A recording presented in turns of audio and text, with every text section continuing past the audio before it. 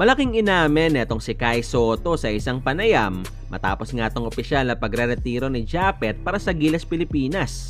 Yan matapos mong i-like ang video na ito, mag-subscribe sa ating channel at pakidamay na rin ang ating opisyal na Facebook page.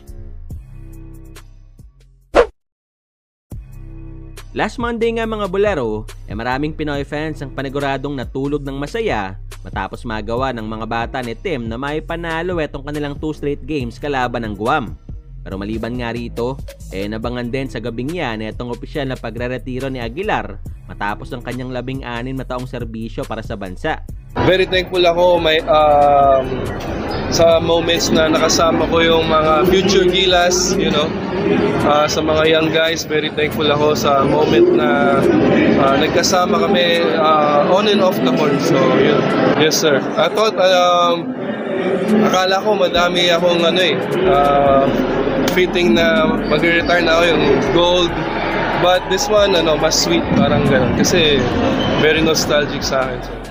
Pero maliban dito, natanong din si Kuya Japet patungkol sa kanyang best Gilas moment. Actually, ang dami sir. First, yung Gilas 2009, yung samahan namin ng Gilas 1 kasi puro kami bata noon. Dami, yung training camp namin, lahat yung process, yung first World Cup, yung hineld dito, still have goosebumps pag minsan naiisip ko yun.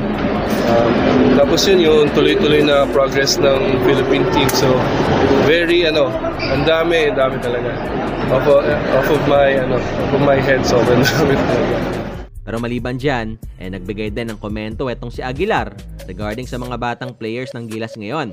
Very confident ako sa kanila and kaya nila malaking mararating nila. So basta yun nga, kailangan suportahan lang natin sila. And, ayun, patuloy lang yung pag-trust sa system, sa process. Samantala sa kabilang banda, alam naman natin na this window mga bulero, hindi nakalaro itong si Sotto para sa Pilipinas dahil nga sa patuloy na recovery niya mula sa kanyang ACL injury.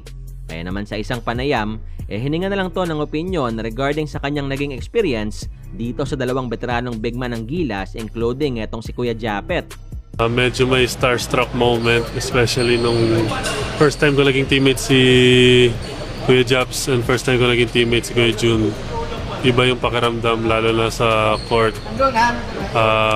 Dagdag kumpiyansa na parang napanood ko na to dati pa, alam ko kung gano'ng galing to, maaasahan ko to, may kuya ako sa likod ko, mas nakukumpiyansa ako. So ayun, feel ko biggest takeaway ko sa kanila yung confidence lang na binibigay nila sa akin na andun sila para sa akin and at the same time andun din ako para sa kanila.